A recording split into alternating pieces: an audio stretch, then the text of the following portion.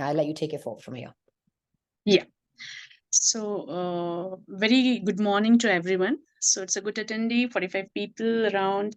And I will just take forward and just to introduce, Aisha has introduced it very nicely and very cordially as one of the special doctor. I'll take forward that thing. So, first thing, the agenda behind this today's presentation is not to make you anxious or, scared about the cancer. So we just want to make aware of the things what is going around and what is the recent trends which is there now, upcoming trends and recent trends which everyone should be aware of, right? So we will be covering mainly three cancers which are very common and which are coming up. The incidence is increasing day by day. Drastically, because of the precipitating factors, risk factors, and all. So, we'll be mainly talking about cervical cancer, breast cancer, and ovarian cancer. Next slide, please. Yeah. So this slide, I'm sure, being tech and everyone, it's very easy to read out this. I will just read out this slide that why we have taken this cancer, these three cancers typically, and why we are talking about, not only proactive Indian immunization systems and, cancer registry, our national cancer registry, why they are talking about more of cancer cervix, breast, and ovarian cancer, especially in developing country like India, right? Where we have to be more aware of and more aware of these cancers, that exactly what are the risk factors, how to protect and prevent with all these three upcoming cancers, and what are the screening tests available, and what are the recent guidelines or latest guidelines which are there, which we can protect us and our family members also. So if you can see this graph, you'll come to know that with time how the cancer incidence is increasing. Here we have compared with two or three cancers basically, where we predict, and national registry cancer registry is predicting that by 2025 we will be reaching to a very big figure of around 16 lakhs annual detection of cancer cases. So here I just want to make very clear also that it's not that only incidence of the cancer is increasing this figure, but the very broader screening checks and the awareness of people is contributing to this figure, because everyone is nowadays, most of us are aware of that thing, taking charge of our own health, and we are moving forward to see and check on the screening test. So that is adding on this figure, along with, yes, some of the lifestyle modifications which has contributed badly to the increased incidence of the cancer. So here if we see, the cancer cases and all, here you'll come to know that compared to 2015, how the cancer has, the load has been increased, and it's almost getting 3 times of the detection by 2025. Next slide, please. Just to interrupt, Aisha, I'm clear, right? The voice is clear? Yeah, great. Thank you. So quickly, I will make you aware of, definitely just, interrupt me if I'm very fast in this thing, or if the voice is little unclear. So at the end, we will definitely take the questions, queries of everything. But here, I just want the presentation to be very simple, and most of us should be able to grasp in and take away messages with the very common indications and symptoms. But those things which are not clear to any of you who are attending the things, please, we will be giving you the dedicated time to have the queries and questionnaires and all. So quickly I will revise that, and I will make you aware that what are the risk factors of cancer cervix. So in India, that is the second most common cancer in India. Being a developing country, not only in India, in most of the developing country, this is the second most common cancer, which is the main causative agent is the human papilloma virus infection, which is very readily available in the country like us. And recurrent vaginal infections, smoking increases the risk definitely, and poor lifestyle things where we are imbibed in a lot of things where less physical activities there, and we are prone to have a weight gain or other risk factors like which contributes more towards the increased lipids, weight, and cholesterol. We are prone to get this cervical cancer, and definitely weak immune system contributes and makes it at high risk. So these are mainly 2 or 3, major contributor factors for cancer cervix. Here, family history plays a very important role. Those who are having first or second degree relatives having the history of cervical cancer are at high risk to develop that thing. Next slide, please. So how to diagnose it, doctor? How, like a very layman things or very general question, ki, how is there any sign which I should be aware of and then I should rush to hospital? First thing, let me make very clear: don't wait for the sign of the cervical cancer. We don't want you to diagnose you at that stage where you have developed the cancer.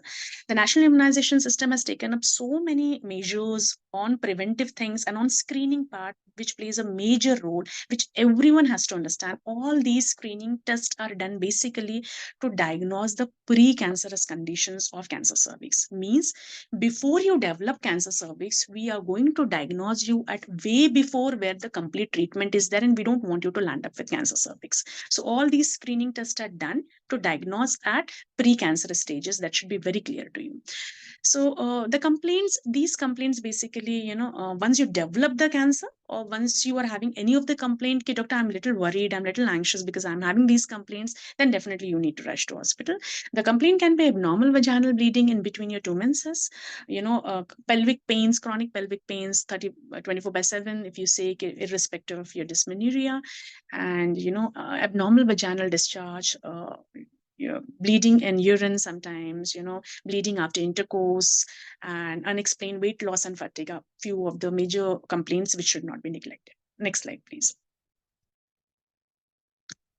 Yeah. So the latest in this cervical cancer screening and prevention is, most of us, almost everyone is aware of, pap smear testing or liquid-based cytology test, HPV DNA testing. Here in this HPV DNA testing, it is more considered as more superior than pap smear testing, in which we specifically do this HPV DNA testing for those candidates or those patients who have any family history of cancer cervix, first degree, second degree, or the previous pap smear is showing some sort of DNA has been detected.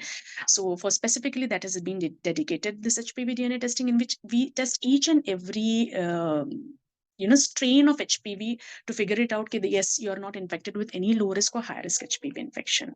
And yes, now Indian immunization things have been taken over. HPV vaccine, we are having a very constant and dedicated drive for HPV vaccine to, get yourself vaccinated. We start giving this vaccine at the age of 9 years, 9 to 14 years. You need 2 doses of this vaccine. And after that, 15 years onwards, you need 3 doses of this vaccine. Just quickly, I will make you, aware of, Proactive is doing a lot of things. If you visit our website, you'll come to know how this vaccine works. But quickly, I will make you, understand in things that how this works.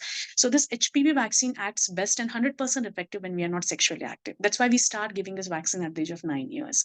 And it's just like a TT vaccine, intramuscular, we give this vaccine and 2 doses in the span of 6 months. You have to take these 2 doses. These are FDA approved vaccines. We are outsourcing these vaccines, and that's how it's not included in the Indian immunization system, because we cannot serve to masses. We are not producing that thing. So some from Pune is still in pipeline. We are just waiting for the approval. Oh, I think they come to us, or and that's how we take forward this HPV vaccine. And so this 9 to 14 years, we give 2 shots, and post 14 years, we give 3 shots of vaccine in the span of 6 months again. And the effectiveness of this vaccine decreases as we start a sexual activity and afterwards, in case if we take, because the vaccine is not going to act on all those strains which you have already been affected with. So we always promote this vaccine and tell that the moment you come to know, please visit our website, speak to your gynecologist, clear all your doubts, and get it vaccinated at the earliest, so that at least upcoming strains of HPV you can completely get protected with. So it's not only that cancer cervix, you will get a protection against cancer cervix, but against the STD genital warts, if you must have heard about, the most common reason is HPV for that thing.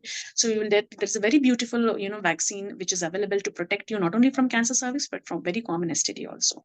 And as I said, these are FDA approved vaccines. We have not seen any side effects with that thing. And with these, you get lifetime immunity, no need of any boosters needed. If you Google, you'll come to know that, you may get confused that, doctor, it has been written that the upper limit for this thing is 26 years or 27 years, but that is for the developed countries who have not seen these cases, And even if our people go, outside countries and all, they will never promote this thing if you're beyond 26 years, because their people are not at risk. This is not a communicable disease, what they are scared of, right? So this vaccine, Indian immunization has revised it till 45 years. So for us, it is 9 years till 45 years, what women and men both. right? So that's all about HPV vaccine. More details you will just come across once you visit our website, or if you are having any query, we are readily available on teleconsultations also. Next slide, please. Yeah.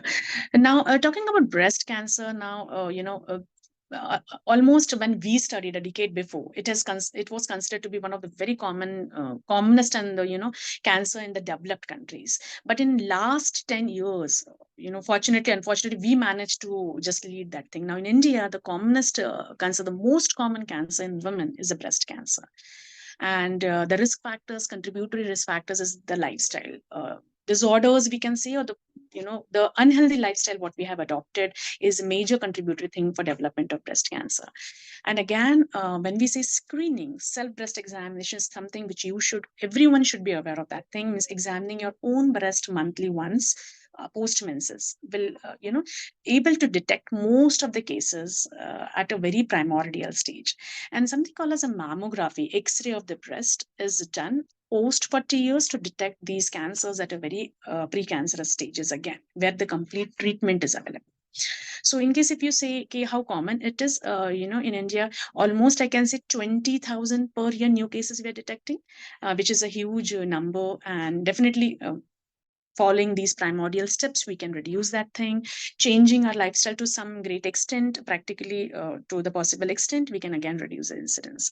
So once we say risk factors, if you're having a family history of breast cancer to your first degree relative or second degree relative, for a male candidate or female candidate, you are at risk. You should get screened for that thing. At the earliest, you should meet the gynecologist, get it checked for BRCA testing, what is a genetic testing to see whether you are at high risk.